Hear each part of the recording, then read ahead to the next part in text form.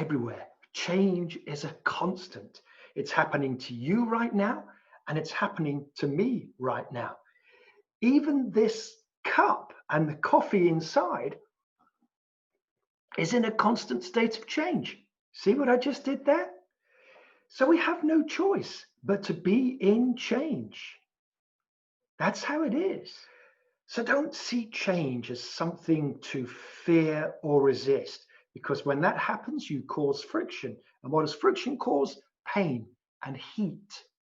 Instead, see change as something that you can see, that you can use, that you can utilize. And when you do that, you flow, you flow. And then you get in line with the sort of universal flux of constant transformation. That's what the world is. That's what you are. So you can either decide to use change or resist it.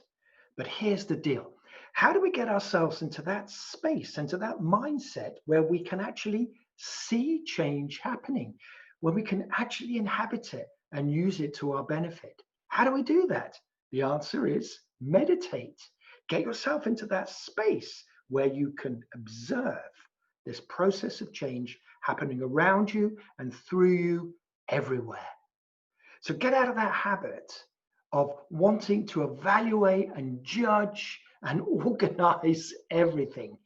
Get out of that habit of thinking where you're constantly evaluating and judging, where you're going around the world saying, I don't want this to happen, but I want that to happen. I don't want this person to think this or say that, but I want this person to think this and say that. It's exhausting.